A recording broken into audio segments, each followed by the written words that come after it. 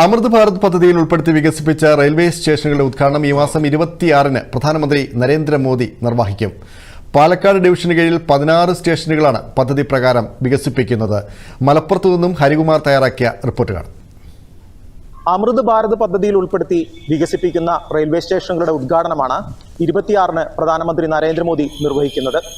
പാലക്കാട് ഡിവിഷന് കീഴിൽ 16 റെയിൽവേ സ്റ്റേഷനുകളാണ് പദ്ധതിയിലൂടെ വികസിപ്പിക്കുന്നത്. ഇതിൽ ആദ്യഘട്ട വികസനം പൂർത്തിയായ 9 റെയിൽവേ സ്റ്റേഷനുകളാണ് 26-ന് നാടിന് സമർപ്പിക്കുന്നത്. ഉച്ചയ്ക്ക് 12:30-ന് പ്രധാനമന്ത്രി ഓൺലൈനായി സ്റ്റേഷനുകൾ ഉദ്ഘാടനം ചെയ്യും. ഓരോ സ്റ്റേഷനിലും പ്രത്യേകം ചടങ്ങുകൾ സംഘടിപ്പിച്ച് പ്രധാനമന്ത്രിയുടെ ഉദ്ഘാടന പ്രസംഗം തത്സമയം പ്രദർശിപ്പിക്കും.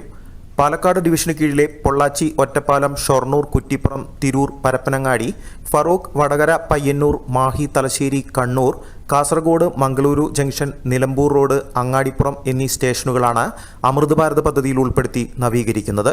ഇതിൽ ആദ്യഘട്ട വികസനം പൂർത്തിയാകുന്ന 9 സ്റ്റേഷനുകളുടെ ഉദ്ഘാടനമാണ് 26-ന് നടക്കുക. മലപ്പുറം ജില്ലയിൽ കുറ്റിപ്പുറം, അങ്ങാടിപ്പുറം, നിലമ്പൂർ സ്റ്റേഷനുകളിലാണ് ഉദ്ഘാടന ചടങ്ങുകൾ സംഘടിപ്പിക്കുന്നത്.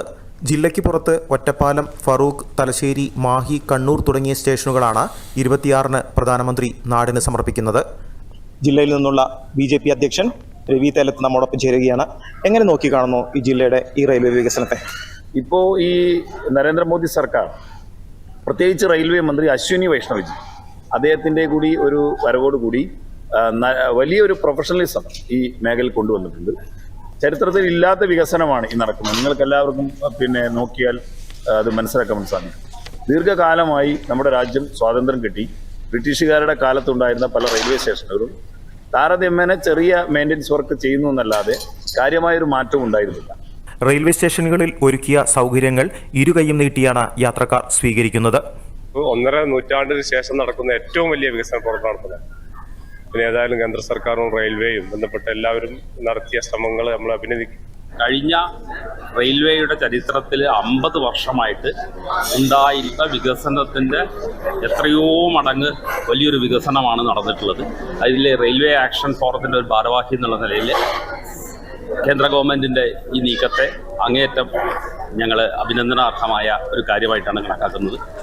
വിശാലമായ കാർ പാർക്കിംഗ് സൗകര്യവും ശീതീകരിച്ച വിശ്രമമുറിയും അടക്കം ഒട്ടേറെ സൗകര്യങ്ങളാണ് യാത്രക്കാർക്കായി ഒരുങ്ങുന്നത്. പതിറ്റാണ്ടുകളായി വികസനമെത്താത്ത ഒട്ടേറെ സ്റ്റേഷനുകളാണ് അമൃത് ഭാരത് പദ്ധതിയിലൂടെ വികസനത്തിന്റെ ട്രാക്കിലേക്ക് കയറുന്നത്. മലപ്പുറത്ത് നിന്നും PR ഹരികുമാർ, ദൂരദർശൻ ന്യൂസ്. വികസനത്തിന്റെ ചൂളം വിളിച്ച് റെയിൽവേ അമൃത് ഭാരത് പദ്ധതിയിൽ ഉൾപ്പെടുത്തി വികസിപ്പിച്ച റെയിൽവേ സ്റ്റേഷനിലെ ഉദ്ഘാടനം പ്രധാനമന്ത്രി നരേന്ദ്രമോദി ഈ മാസം 26-ന് നിർവഹിക്കും. റിപ്പോർട്ടാണ് കണ്ടത്.